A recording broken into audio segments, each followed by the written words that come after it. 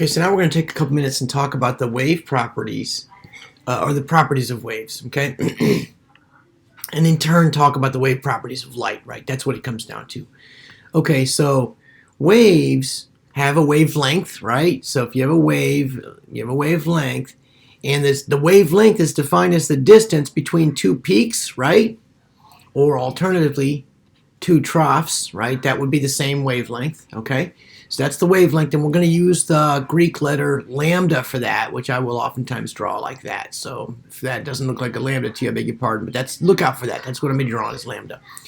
The second thing is the frequency, and the frequency is actually Greek letter nu. It looks like a V, but I'm going to draw the nu like that when I'm talking, and when I do that, what I'm talking about is frequency. Some people will, some textbooks will use an F for frequency. It's the same thing, of course, right?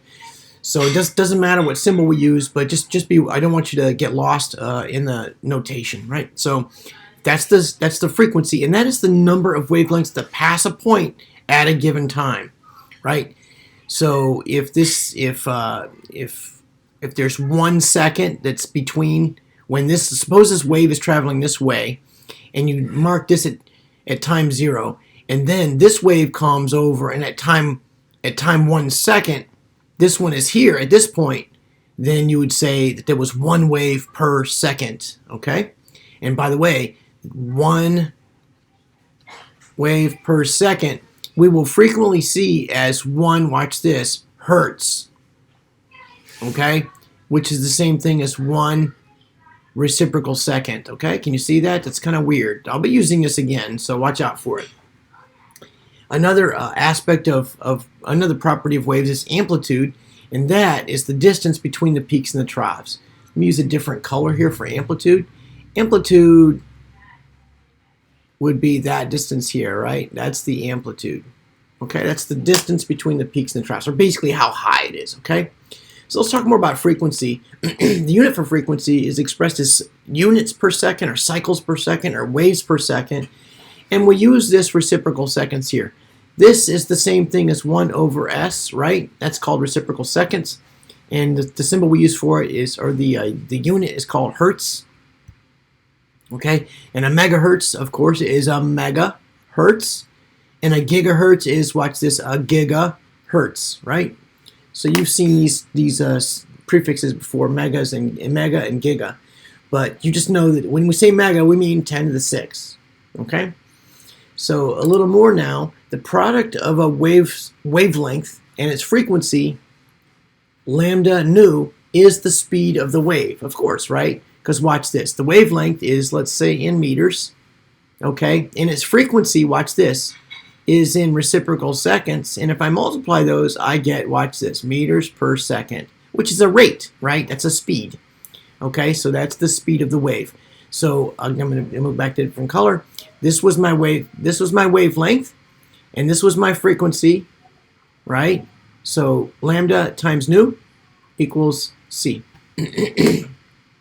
for the speed of light. Okay, I just use c as the speed of light, right? Now wavelength and frequency are inversely proportional. You can see as one goes up, the other one's going to have to go down. And as wavelength increases, the frequency decreases, and vice versa. All right, that's what we mean by inversely proportional. So let's look at a figure from your textbook. One-dimensional sinusoidal waves show the relationship between wavelength, frequency, and speed. So here's a wavelength, right? Here's a wavelength, and here's a wavelength, right? You can see as the wavelength's getting shorter, right? If these are going the same rate, the speed is going to be getting faster, okay?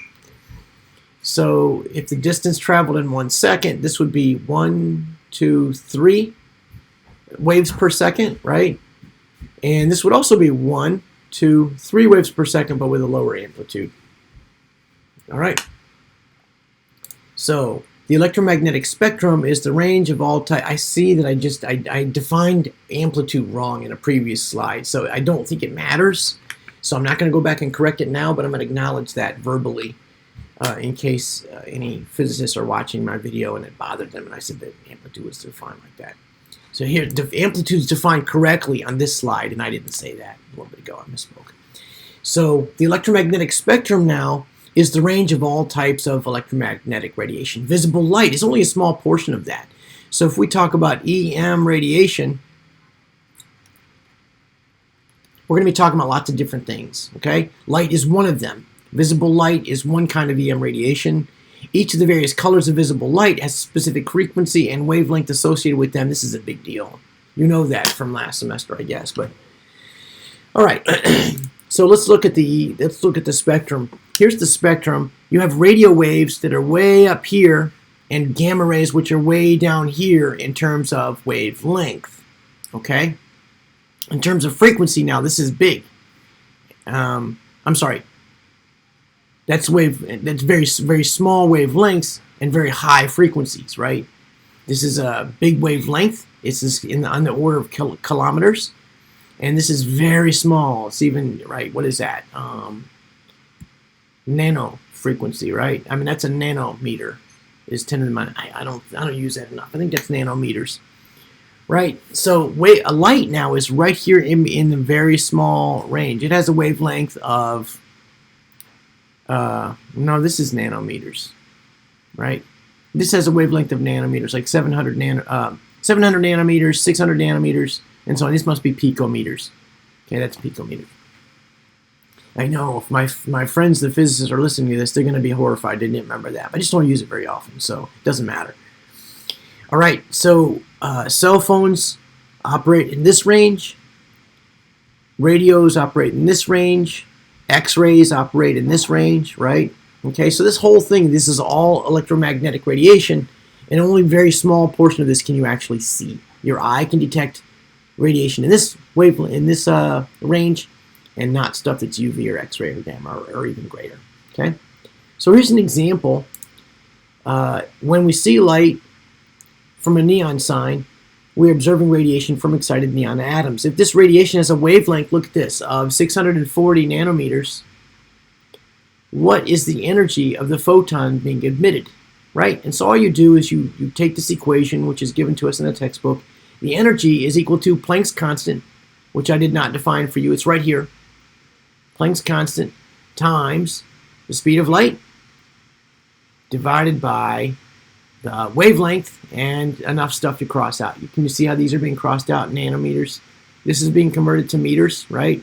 And so your meters will cross off, and your reciprocal seconds will cross off with your seconds, right? And you're left with joules, and that's it. Okay, so we're going to be using this equation frequently. All right, so that's a brief introduction to the properties of waves and a kind of problem, a sample problem that we're going to be doing with waves. All right, get ready for more.